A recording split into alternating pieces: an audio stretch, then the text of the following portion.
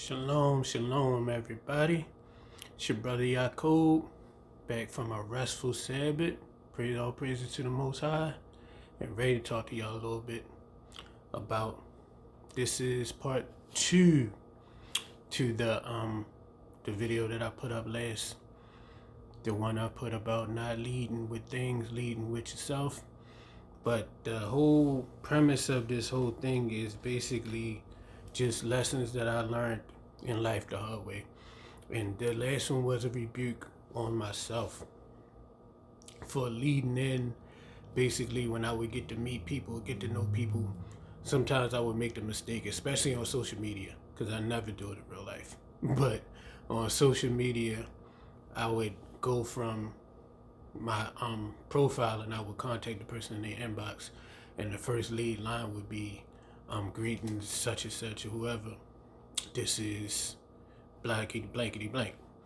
And I complained about the results that I got, that the people would put me after that introduction on my part. They would be quick to put me into a spot, like basically paint me in a box, and always keep wanting to bring up my past. But then the last lesson I talked about why the way that I approached the people was wrong. In this lesson, I'm going to kind of explain in detail why I don't like when people want to always bring up, my past when I'm clearly doing my best to embark on a new journey in my life. So let's get into some scriptures about that. Y'all heard some plenty of music. There's actually even a song up on my page that is one of the songs that I recorded a while ago, which was my version of the Lord's Prayer. And you can check that out for some music, because I don't even feel like turning on no music right now. We just getting straight into these words for real.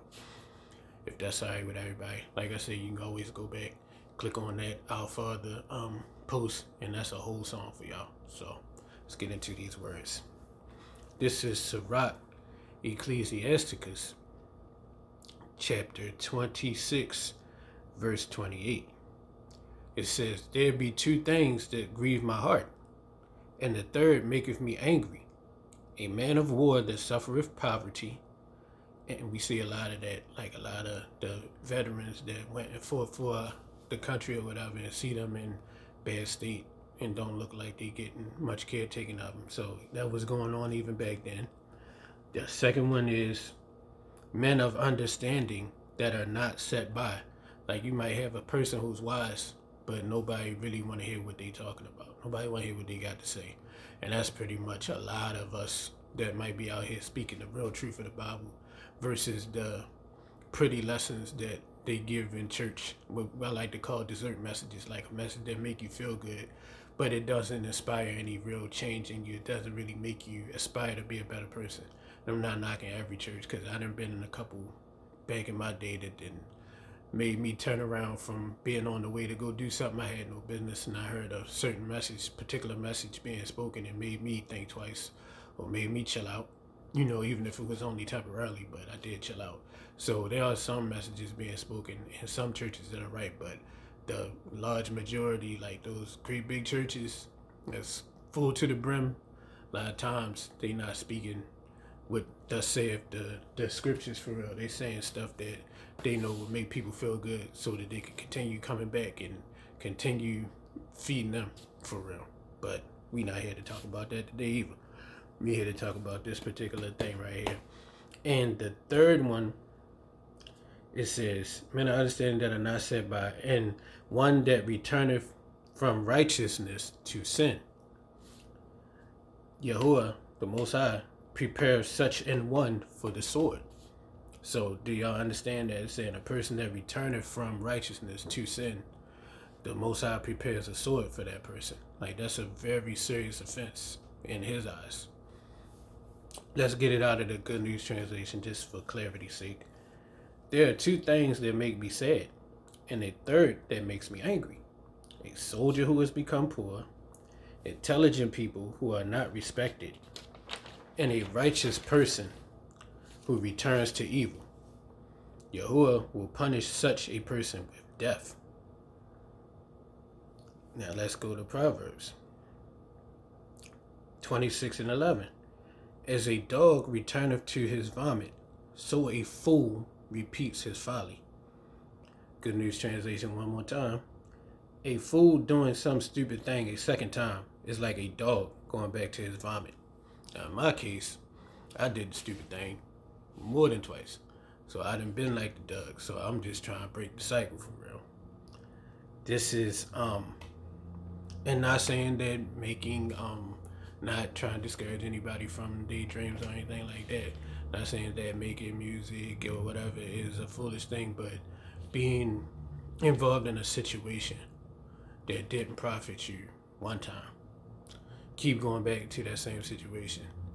That's foolishness. What did in the definition of insanity, the informal definition of insanity, I see it on memes. I've never seen it like in a dictionary or anything written that way, but they say doing the same thing over and over but expecting different results is insanity.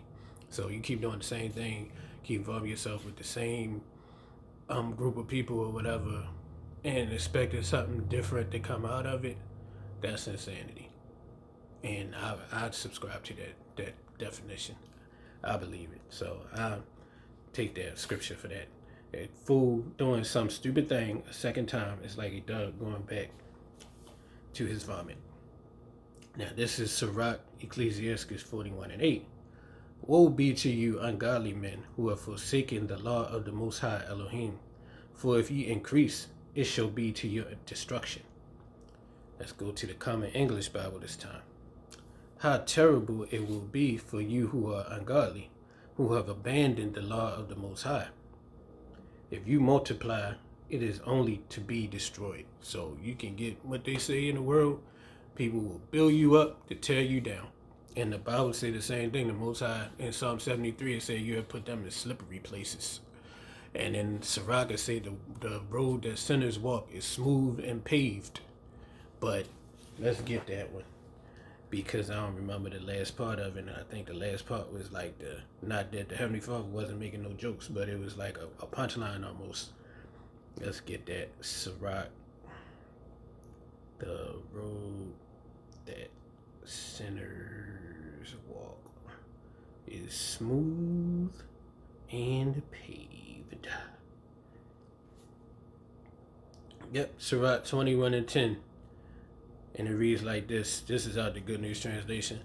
The road that sinners walk is smooth and paved, but it leads to the world of the dead. So that goes right back to Proverbs. There's a way that seems right in your own eyes, but the end of it is the ways of death. So basically, them verses go back to back. They go right together with each other. So something that everybody might look at and think that it's great, and think that way you walking is smooth and paved, but they just don't know the end of it. Like Sirach 9:11 says, man, this is going better than I thought, because I had actually wrote down a whole bunch of notes, but I'm feeling to go in a whole different direction. This is Sirach or Ecclesiastes chapter 9 verse 11. Envy not the glory of a sinner, for thou knowest not what shall be his end. So you might be looking at somebody and be like, oh man, they winning. Oh man, they doing the darn thing, or whatever y'all might say. Everybody got different phrases or whatever for people that's doing good or whatever. But then when you see the end of the situation, then you realize the truth of what's going on. And the person or people that you might look at as losing or not doing so good for themselves might be the ones that win in the end. And the only way we will know that is when we get to the end. But in the meantime, in between time, all I can do is hold fast to my faith and hold fast to, like the reason is why I do the things I do and choose to maneuver the way that I maneuver, And the whole thing is, we gonna get back in the scripture, but the whole thing is, it's very disheartening when it's people, not necessarily people of the world, because the people of the world are supposed to want the things that the world want.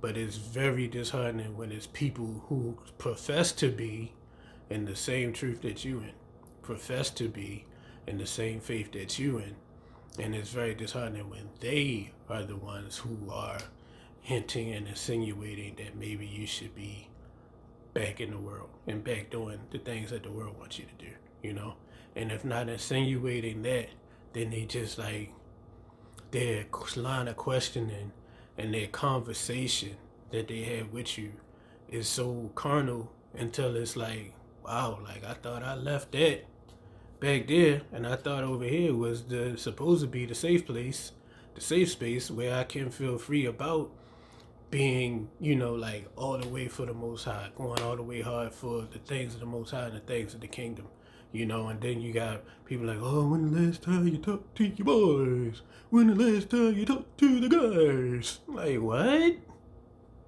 What that got to do with what we doing over here, man?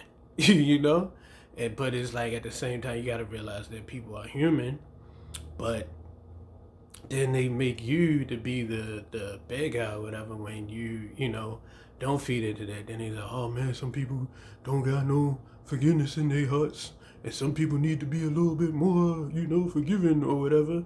And that sounds crazy because like when you read stories in the Bible, like Joseph in the book of Genesis, Joseph's brothers actually sold him into slavery, and Joseph went through many rough years. Like he was like almost like a slave or an indentured servant, and then a situation happened, and then the Most High raised him up in that, whereas though he got to be like the run of the house outside of like the wife, and then a situation happened with the ruler whose house he was staying in. He had a discrepancy happen with the wife, whereas though he ended up found himself in jail, and then once he was in jail, he linked up with some other people who worked for the king, and through one of them remembering him when he got out, told him that Joseph had the gift to like interpret dreams. So Joseph ended up interpreting some dreams for the ruler of Egypt, and he found favor with him to where he made him basically what would be equivalent to like a governor, and he ended up having to help his very same brothers who put him into slavery. And at the end of the day, Joseph forgave his brothers, and he acknowledged that what they meant for evil, the Most High meant for good. And through that whole thing happening, he was able to save much people alive. But my point is, the in-between time, and none of the scriptures you read, from that time where they put him into slavery until the time where they met back up years later to the point where they didn't even recognize him. So that lets you know what?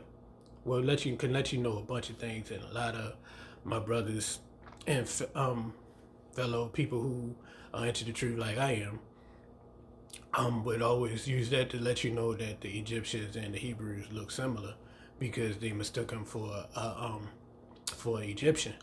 But also, what that make me know, if you're in contact with somebody all the time, pretty much know what they look like. So if you ain't seen them in a long time, you might confuse it for somebody else. So that made me know also they wasn't keeping in contact in the meantime. The brothers was carrying on their life as it went, and Joseph was dealing with his life as he had it.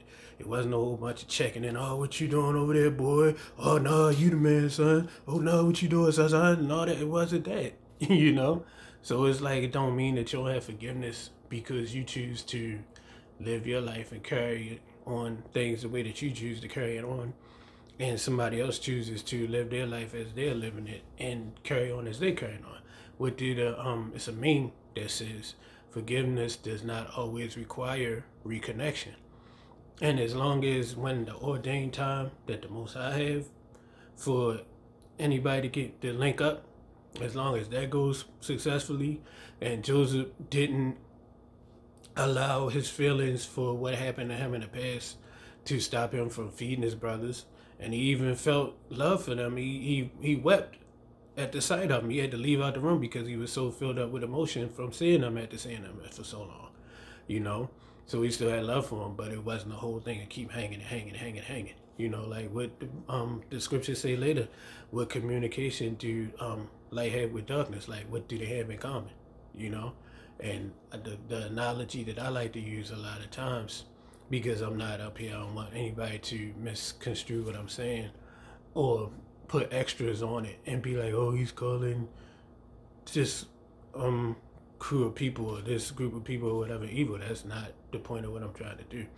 But it's just saying, like, two whole different mindsets, two whole groups, two whole different, like schools of thinking. It's not a whole lot to talk about. Like I said to one brother who asked me this more than once, and I said to him, I said, if you and three of your coworkers worked at Walmart, for an example, because I was trying to think of a place that everybody would know, but I think everybody got Walmarts. So if you and a group of your coworkers worked at Walmart, and one day you stop working there, you might, depending on the closeness of your relationship, you might check in with them every now and then. But it's a possibility that some of them you'll probably never talk to again, because the only thing that you guys had in common is that you were all working at Walmart. Like, as far as when you went home for the day, or when you was off your couple days and they was off for their couple days, there's a chance that y'all probably didn't hear from each other at all until y'all came back together to go into work. So the only thing that was keeping y'all in contact with each other is the fact that y'all all worked at the same place. So once you don't work there anymore, it's a chance that you probably would never hear from them people ever again, unless you may like bumped into them on the street or something like that, or y'all might happen to be at a same place together that was outside of work. Like, I just saw one of my former coworkers, and we were both heading home, and I caught the bus, and he happened to be on there, and it was all love when I seen him. We exchanged phone numbers and everything, but ever since we exchanged phone numbers, like, I haven't heard from him anymore, and I haven't really reached out to him because it was really, and that's kind of a bad example, because me and that brother do have things in common, and we probably would, like, have a cool conversation if we was to get on the phone, like, right now, but some people, it's just the only thing that you have in common is what you doing at that particular time. So once the seasons change and y'all do different things and go different directions in life, it's really not a lot to talk about. Like, I like talking to like-minded people, like, and they could be all anywhere across the world or anywhere across the country. That's why I enjoy social media, and I'm grateful for it. I learn so much, and I get the chance to connect with like-minded people from all over the world, not even just all over the country, all over the world. I've been able to have the luxury to, communicate with people. But those are the people that I enjoy talking to, people who are like-minded. And I definitely understand that you can learn from people who are not like-minded, because you get to see how the other side thinks, or you get to see how somebody, like, a whole nother way of thinking that's not like yours, which you may be able to learn from. And I engage in that most of the time by force, because, like I say all the time, I consider myself an introvert. But every job that I've had since I started working has always been a job in which I deal with the public. So all day long, I basically talk to people whose ways of thought are not like mine, are nothing like mine. So I get all that by force. So when it comes to time that is by choice and I can choose who I interact with, I choose to interact with people who are like-minded, and we can build each other up in those things. You see what I'm saying?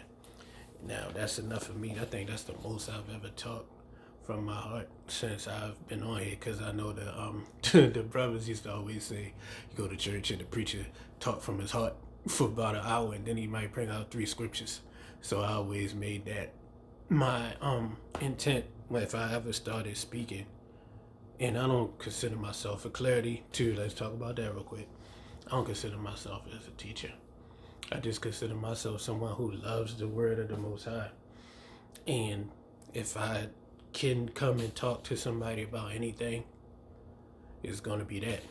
It might get days where you might get me on my music tip, and I might want to be a musical historian and talk about this artist and this song sound a lot like this song, or he got them chords from here or whatever. But the most important thing to me, and I love that too, don't get me wrong, love karaoke, all that, but I love the word of the Most High, and I love finding out things in it about myself and what I should be doing, especially during these crucial times.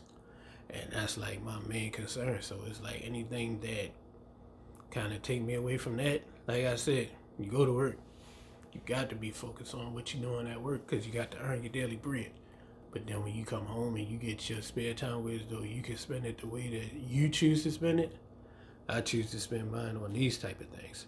Somebody else who chooses to spend theirs on something else, probably not going to be somebody that I'm talking to all the time in my free time. At work, I'm a captive audience. I pretty much got to talk to you. I can't be rude to you. I can't say, oh, get out of my face or go ahead about your way or whatever, or excuse me or whatever, you know? But when I was in my free time and I can do that, and not to not know none of the conversations that I have with people like that, because I have, learned a lot.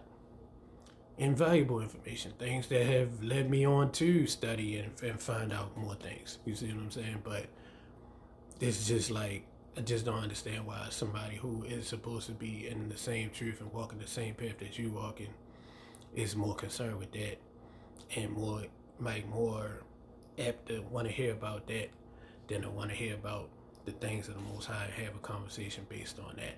You see what I'm saying? And want to introduce you to people, not as a brother who's been in the truth and trying to walk in the path of the Most High for the past, how long? Since 2008 up until 2021 now. It's like, why can't we talk about that time instead of talking about the past, like over, like close to 20 years ago, you know? Like, I mention it, yeah, haha, he, this was cool, blah, blah, blah, but to keep going in on that, it's like, I'm here now, and I'm afraid to turn back, because it's like, as we've been reading so far, there's so many penalties from the Most High, but it's saying, 2 Peter, bring me right to the verse, that's what the Most High, one time I was having a conversation with a good friend of mine, and I'm not going to say the person's name because it would be like, oh, you being a hypocrite. How can you say you don't want us to talk to you about that, but then you name dropping somebody? So I'm not going to keep the name to myself. If they ever see this, they know who they are. They said to me, if you really belong to the Heavenly Father, it's only so far He's going to let you go. You're going to have that leash around your neck, and when you go too far, almost like a dog, like the family dog, you let him go but so far, but when he go too far, you're going to yank on that leash and bring him on back. So I was going on and on, talking from my heart, and he put me right on back to this next scripture, right on time. All praises to the Most High Yah. Hallelujah. This is 2 Peter 2:21. It said, for it had been better for them not to have known the way of righteousness, than after they have known it, to turn from the holy commandment delivered unto them. The New Living Translation says it like this. It would be better if they had never known the way to righteousness than to know it and then reject the command they were giving to lead a holy life. So it's better, like when I first flip-flop, when I went to do gospel music, then I flip-flop right back. But I really ain't know nothing. All I knew was stuff they teach at church. I didn't know what the real book said about a lot of things. So I pray that the Most High will deal with me gently on that. I really ain't know nothing.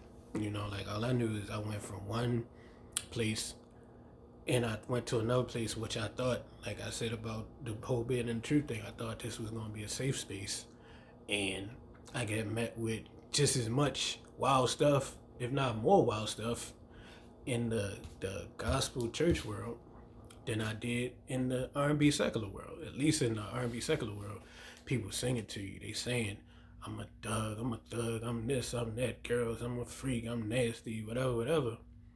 So you know how people's coming at you.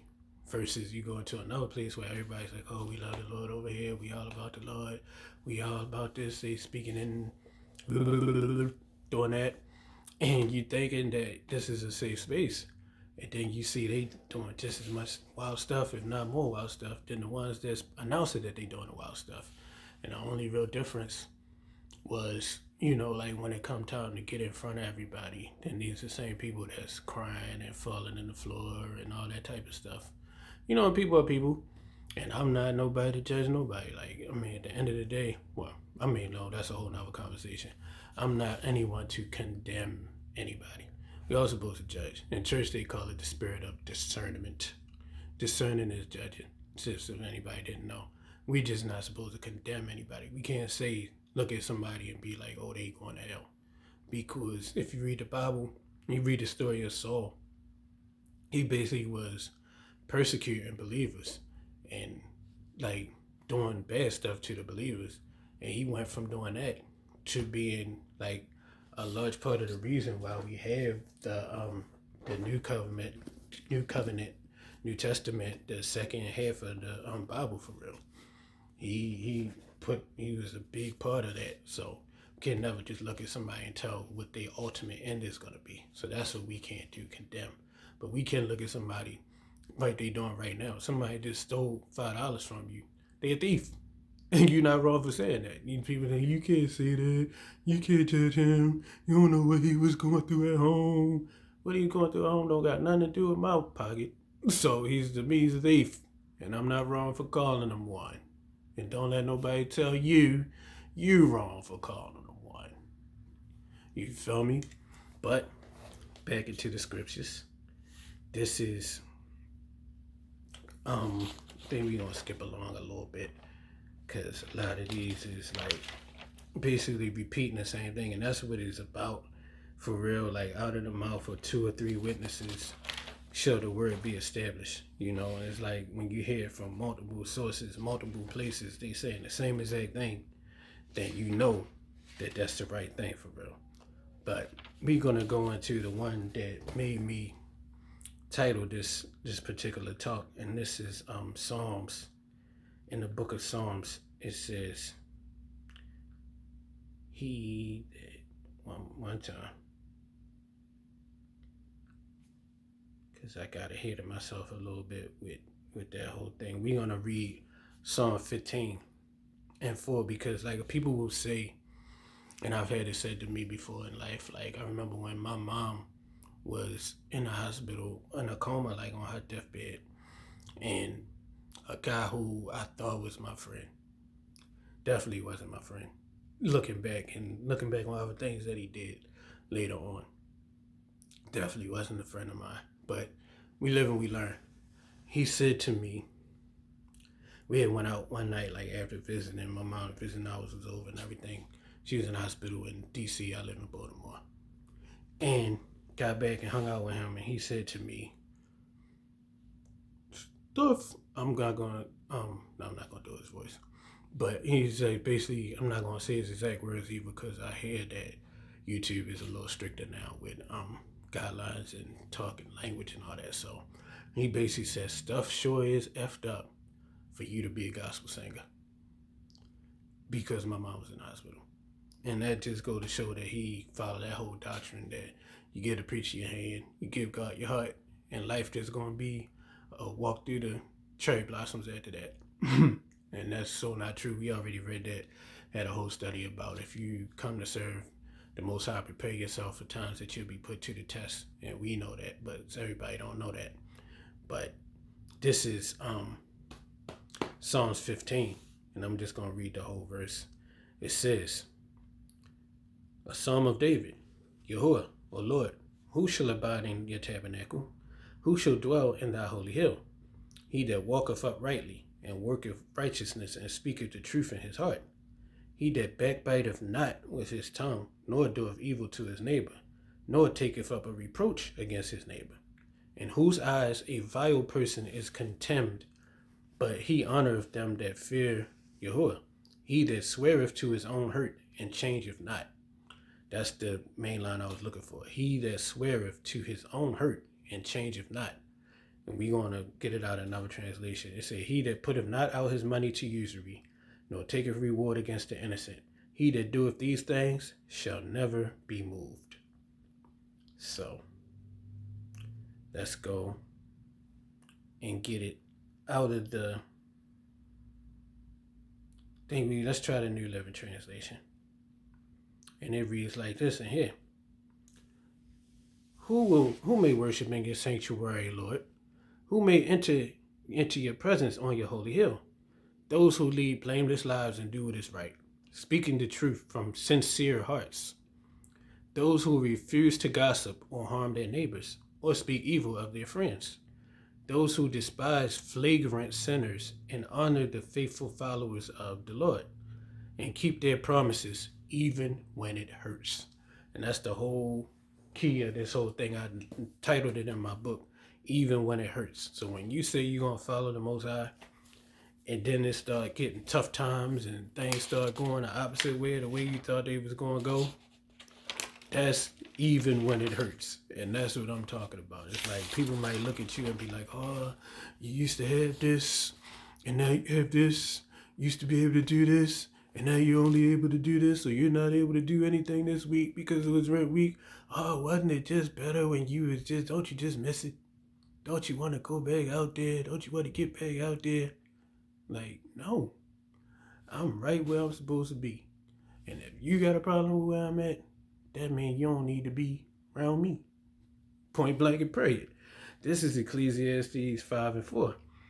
When thou vowest a vow unto Elohim the Most High, defer not to pay it, for he hath no pleasure in fools. Pay that which thou hast vowed. And let's get that out of the Good News Translation. Because when you promise the Most High you're going to do something, promise him you're going to change your life, you're going to go in a different direction or dedicate your life to him, and then you go back to the same old thing because that thing was working all right for you at one point, or you thought it was working all right for you at one point, he don't have no pleasure in you, man.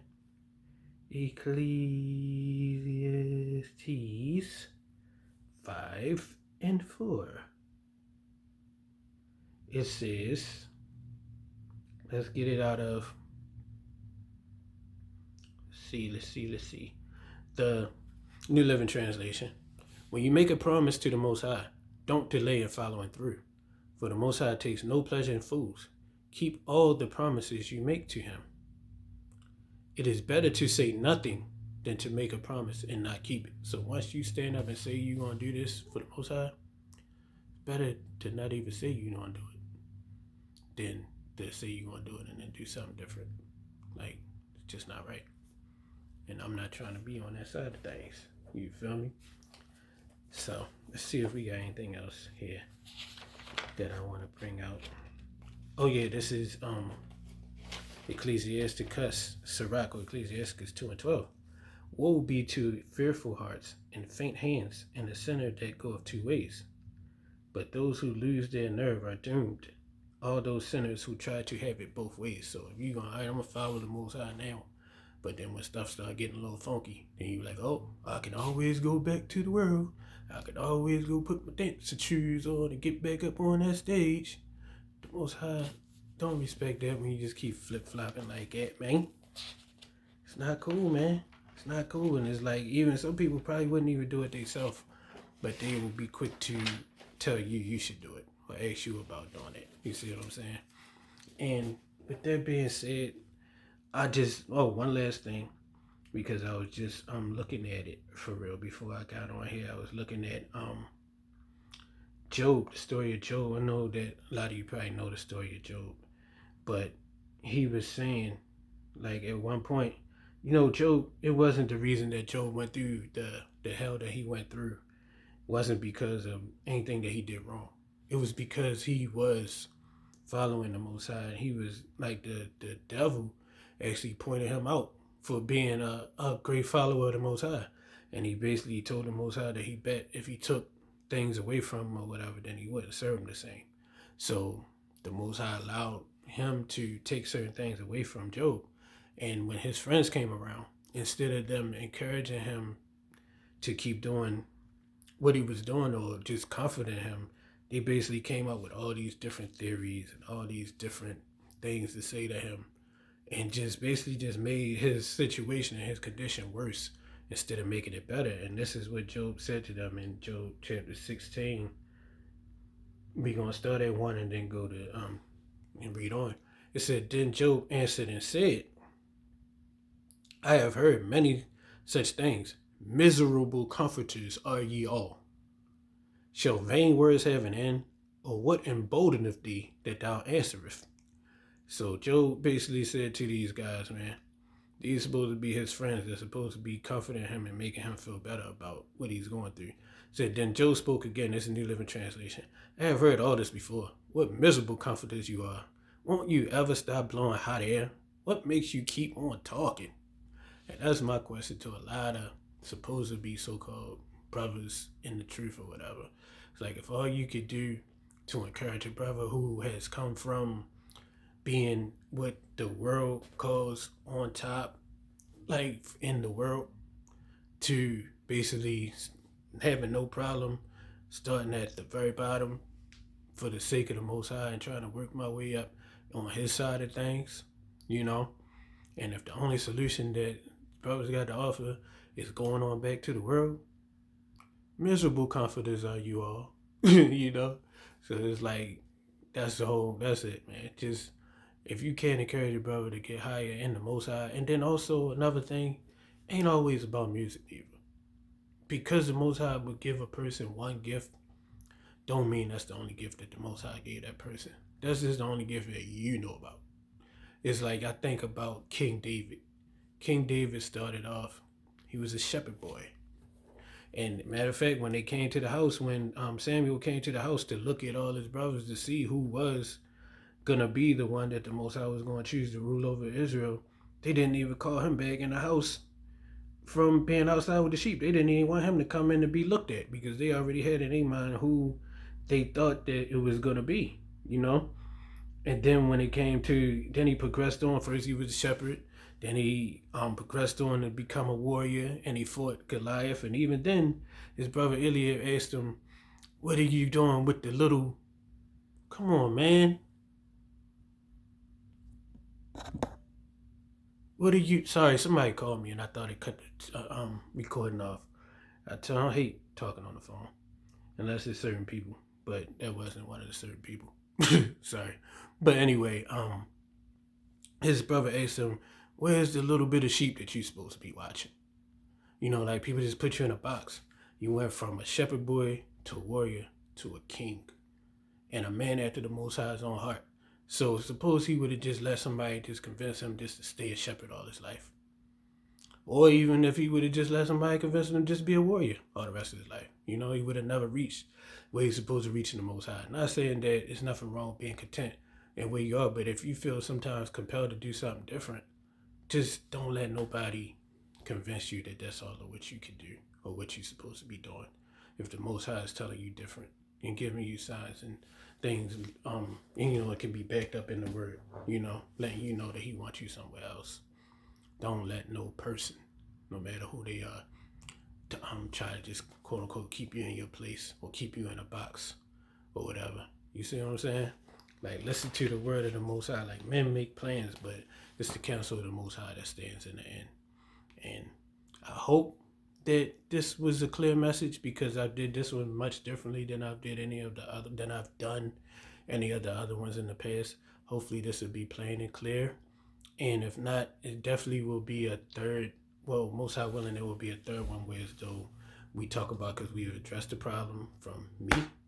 I've addressed the way I feel about others. So in the next installment, I plan on wrapping it all up and bringing it all together on how we can work in the future to resolve all this and move forward for the glory of the Most High, which is why we should do all things for the glory of the Most High. So with that being said, shalom to everybody. Hopefully and prayerfully this is easily to be understood. And like I said in the beginning of it, it's not necessarily a message for the people of the world, because the people of the world will want what they want, you know. But even to the people of the world, I do say that if somebody's doing something and then one day they decide it's not for them anymore, who are we to put anybody in a box, you know? So that's all I got to say. It's like, let people grow, let people be who they are, and realize that some things are for a season. What do people always say? Nothing lasts forever. So it's like, you might do something and you might enjoy this, but then the next day you might just wake up and realize it's not for you anymore. It don't mean that you're a bad person. It don't mean that the other people that you was participating in whatever necessarily is bad people either. It just means it's not for you anymore. And I feel like a lot of people don't understand that. Well, they do understand it when it's them, but then when it's somebody else, they don't. Like, you could post a million statuses online, and people say, "Oh my goodness, that's so good. Oh my goodness, I agree with you so much. Facts, bro." On whoever, even though we ain't supposed to be swearing on nobody, but they'll put it on whoever they put it on or whatever they put it on. But then the next sentence would be like, so you going back? You get that first battle? It's like, did you just not understand none of the whole 200 posters you just liked? But I digress. Most High bless and keep y'all and everybody have a blessed and productive week ahead. Because this is the new week, because we just had the Sabbath. And I'm getting ready to get out of here. And I don't know. Probably just rest until time to go to work. Shalom.